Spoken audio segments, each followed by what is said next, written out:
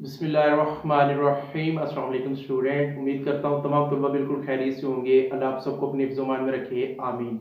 Student, बहुत important news आपके साथ इम्तिहान से मुतालिक शेयर करने जा रहा हूँ, तो वीडियो को आपने एंड तक देखना है। वीडियो पसंद आए तो लाइक कीजिएगा, चैनल पर नया तो चैनल को सब्सक्राइब जरूर कर लीजिएगा।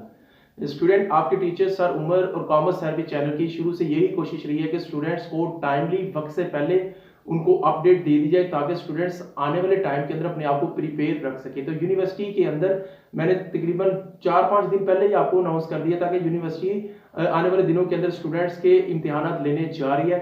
उसकी बाकायदा मैंने डेट्स भी आपके साथ शेयर कर दी थी, डेट शीट भी, टेंटेटिव डेट शीट भी अनाउंस कर दी थी।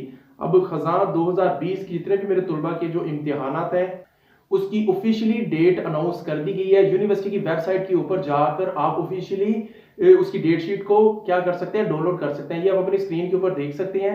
वहां पर जाकर जितने मेरे तुलबा है बीए बीकॉम के, उनकी ऑफिशियली डेट शीट अनाउंस कर दी गई है। तुलबा उसको डाउनलोड करके उसके अकॉर्डिंग क्या करें, अपने इम्तिहान की प्रेपरेशन जारी कर लें।